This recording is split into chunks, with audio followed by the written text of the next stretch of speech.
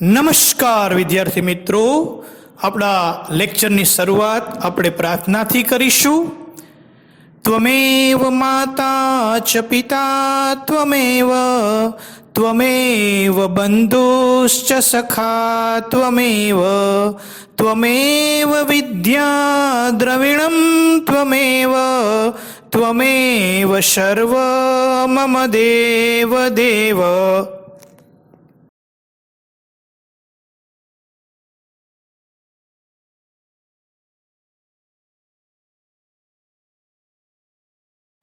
નમસ્કાર વિદ્યાર્થી મિત્રો, સરસ્વતી ગ્રુપ ઓફ એજ્યુકેશન દ્વારા આયોજિત ડીએલએસ સિસ્ટમમાં હું મનોજ પરમાર આપ સર્વે વિદ્યાર્થી મિત્રોનું હાર્દિક સ્વાગત કરું છું. વિદ્યાર્થી મિત્રો, સ્ટેટમાં આજે આગળ વધીએ. સ્ટાન્ડર્ડ 12 સબ્જેક્ટ છે સ્ટેટિસ્ટિક્સ એટલે કે સ્ટેટ, જેનો વિષય કોડ છે 135, ચેપ્ટર નંબર 1 સૂચકાંક. બરાબર, લેક્ચર નંબર 21. લાસ્ટ લેક્ચરની અંદર વિદ્યાર્થી મિત્રો આપણે ઉદાહરણ નંબર 15 કમ્પ્લીટ કરેલું છે. બરાબર, આજે આપણે જોઈએ છીએ ઉદાહરણ નંબર 16, પેજ નંબર 28 ઉપર આપેલું છે. બરાબર, ભારિત સરેરાશની રીત છે વિદ્યાર્થી મિત્રો, તો બરોબર સમજજો. જેનો દાખલો આગળ તો આપણે કરેલો છે, આ જરા વેરાયટી વાળો છે. શાબ્દિક રજૂઆતમાં માહિતી આપેલી છે, રકમ મોટી લાગે. ઘણી વખત આ રકમ જોઈને જ વિદ્યાર્થીઓ દાખલો છે એ છોડી દેતા હોય છે, ભાઈ આ નહીં આવડે સર, પણ સહેલો છે, આવડી જાય એવો જ છે. રકમ સમજાવું છું, બરોબર રકમમાં ધ્યાન આપજો. પેજ નંબર છે 28, ઉદાહરણ નંબર 16, પેજ નંબર 28.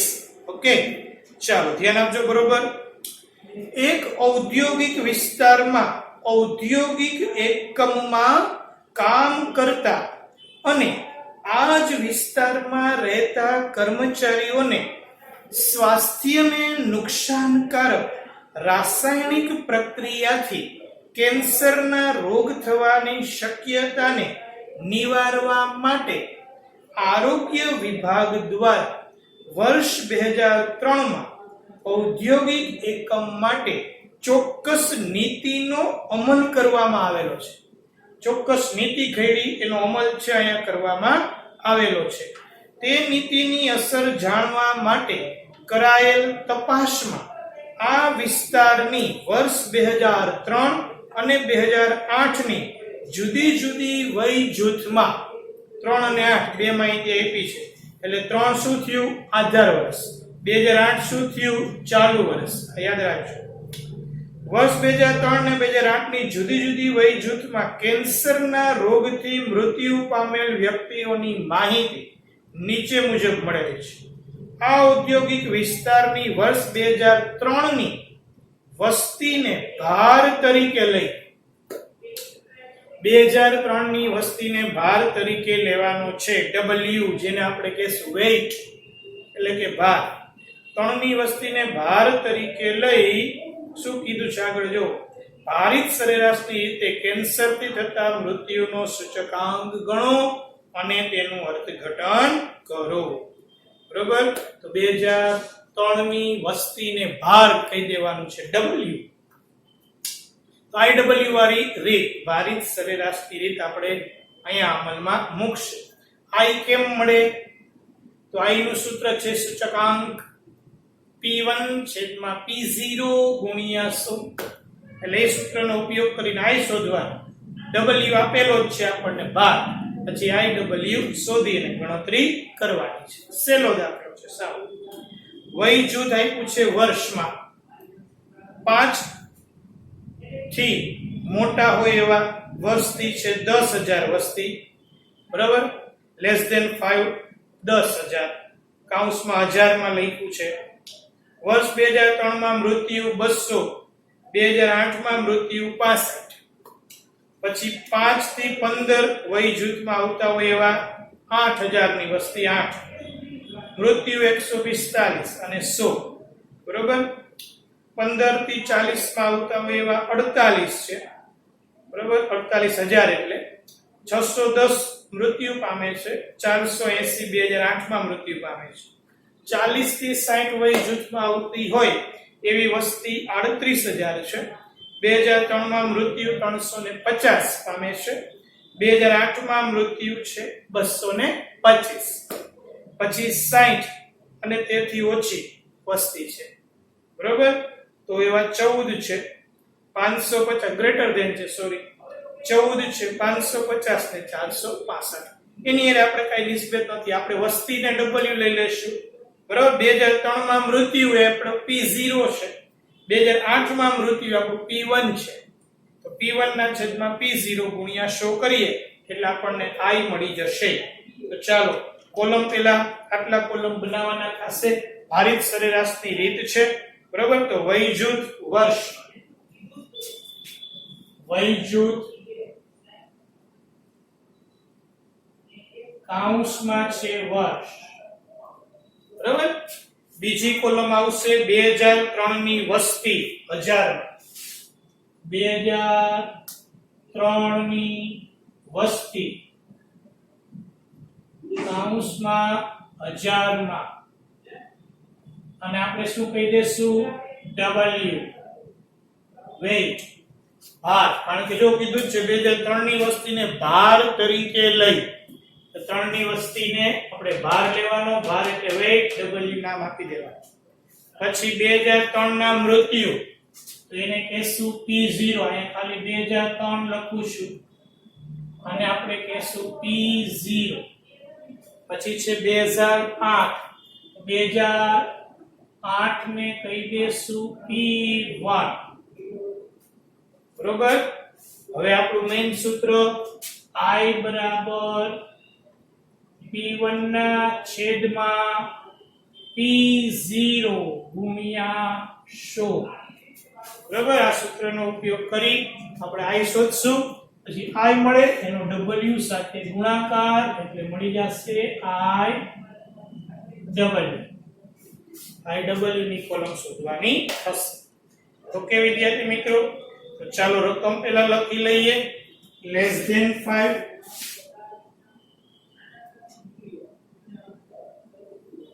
5 થી ઓછી, પછી 5 થી 15 ની વસ્તી વય જૂથમાં આવતી હોય એવી, એટલે 5-15. પછી આપ્યું છે 15 થી 40, 15-40. પછી આપ્યું છે 40 થી 60, 40-60. પછી આપ્યું છે ગ્રેટર ધેન 16, ગ્રેટર ધેન 16, 60. ભાર આપ્યો છે 10, 8, 48. અહીંયા છે 10, અહીંયા છે 8, અહીંયા છે 48, 10, 8, 48, 38 ને 14. અહીંયા છે 38, અહીંયા છે 14. ઓકે, ચાલો. તો એનો ભારનો સરવાળો કરી નાખીએ એટલે આપણને સિગ્મા W મળી જશે. આનો સરવાળો 8 ને 8 16, 8 તેરી 24 ને 4 28, 2 ને 3 ને 3 6 ને 4 10 ને 11 118 આવે છે. 118 એટલે આપણે કહી દઈશું સિગ્મા W. આપણને મળ્યું છે સિગ્મા W 118. ચાલો હવે જો 2003 ની 3 માં થયેલા મૃત્યુ એને આપણે કહી દેશું P0. તો P0 કેટલા છે? 200. પછી છે 145,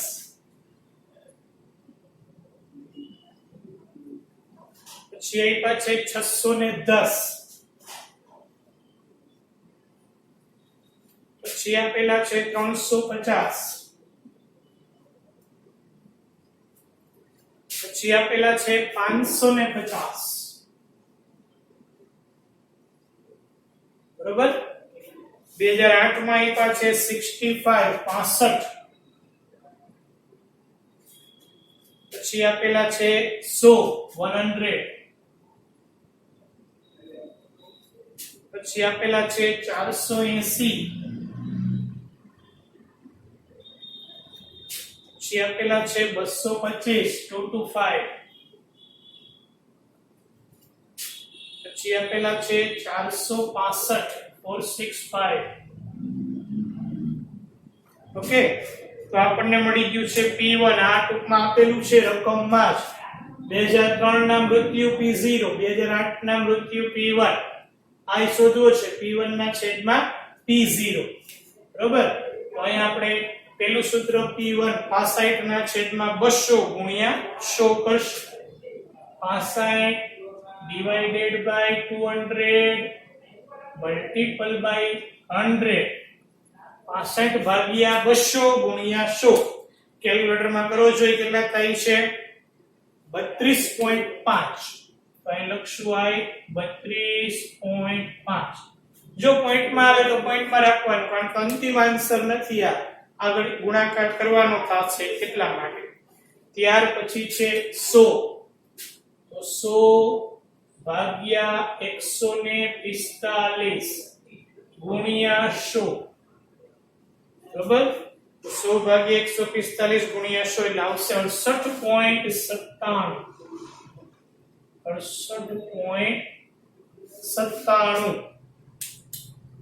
ત્યાર પછી છે 480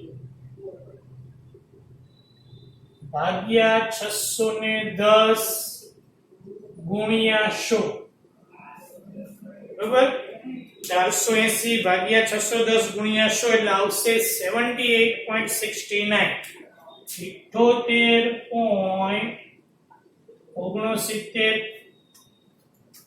પછી છે 225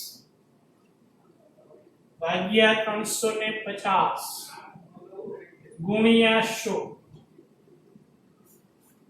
ચાલો 225 ભાગ્યા 350 ગુણ્યા 100 કરો એટલે આવશે 64.29 ત્યાર પછી છે 465 465 ભાગ્યા 550 ગુણ્યા 100 બરાબર એટલે આવશે 84.55 તો 84.55 ઓકે આના સરવાળાની જરૂર નથી કારણ કે આઈ આપણે જોતો નથી આપણે તો આઈ ડબલ્યુ જોઈએ છે એનો સિગ્મા જોઈએ છે આઈ શોધો હવે આઈ ના આધારે હવે આપણે શોધવાનું આઈ ડબલ્યુ વસ્તીને ગણવાનું છે 2003 ની વસ્તીને ભાર તરીકે લેવાની છે ડબલ્યુ તરીકે લેવાની છે તો ડબલ્યુ આપણને આપેલો છે રકમમાં એની સાથે આઈ નો ગુણાકાર કરવાનો બરાબર પહેલી ને છેલ્લી કોલમ છે 10 એની સાથે ગુણાકાર કરશું 32.5 એટલે પોઈન્ટ નીકળી જશે એટલે આઈ ડબલ્યુ આવશે 325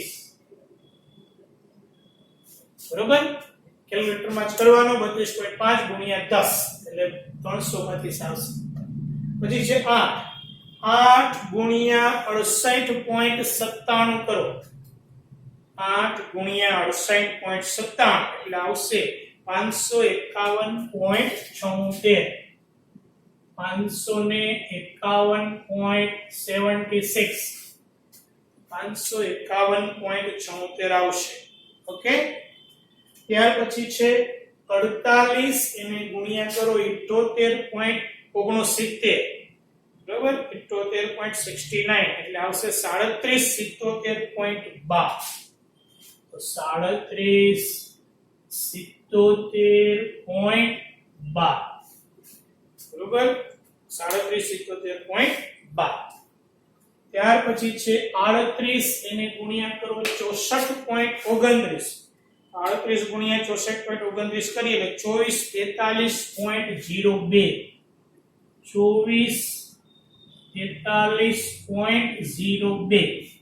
2443.02 64.29 ગુણ્યા 38 કરીએ એટલે આવશે ત્યાર પછી છે 14 ગુણ્યા 84.55 એનો ગુણાકાર કરીએ એટલે આવશે 1183.7 1183.7 અથવા 70 બરોબર ચાલો હવે કરીએ આનો સરવાળો એટલે આપણને સિગ્મા IW મળી જશે રેડી એનો સરવાળો આવે છે 8280.6 82 82.6 આવશે. આપણને મળ્યું છે સિગ્મા IW. રેડી? હવે મેઇન સૂત્ર તમને શું પૂછ્યું છે જો કે ભાઈ તેનું અર્થઘટન કરો ને ભારિત સરેરાશની રીતે કેન્સરથી થતા મૃત્યુનો સૂચકાંક ગણો. વર્ષ 2008 નો સૂચકાંક શોધવા. વર્ષ 2008 નો સૂચકાંક બરાબર સિગ્મા IW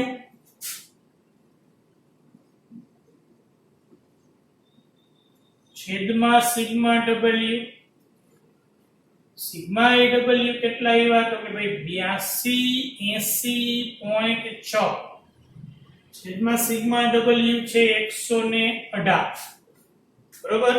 ભાગાકાર કરીએ એટલે 70.1745 70.1745. અહીંયા 4 છે, 5 કે 5 થી વધુ હોય તો અહીંયા 18 થઈ જાય તો આપણે 17 જ રાખવાના થશે. તો I બરાબર 70.17 આપણો ફાઇનલ આન્સર આવ્યો. 70.17 આપણો ફાઇનલ આન્સર આવ્યો છે. હવે આપણને જો નીચે એવું કીધું છે કે ભારિત સરેરાશની રીતે કેન્સરથી થતા મૃત્યુનો આંક ગણો. તો આંક ગણ્યો 70.17 આવ્યો. બરાબર? તો વધારો થયો કે ઘટાડો? આધા વર્ષનો 100 હોય એનાથી ઓછો આવે તો ઘટાડો થયો કહેવાય. વધુ આવ્યો હોય તો વધારો. અત્યાર સુધી વધારાવાળા દાખલા હતા, આમાં ઘટાડો થયો છે.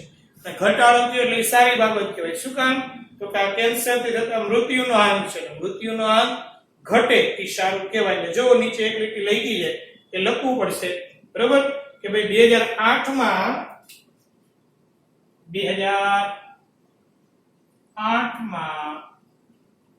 કેન્સર થી મૃત્યુમાં શું થયું તો કે ઘટાડો થયો. 100 70.17. બરોબર? બાદબાકી કરીએ એટલે 29.83%. 29.83%. બરોબર? જેટલો ઘટાડો થયો છે.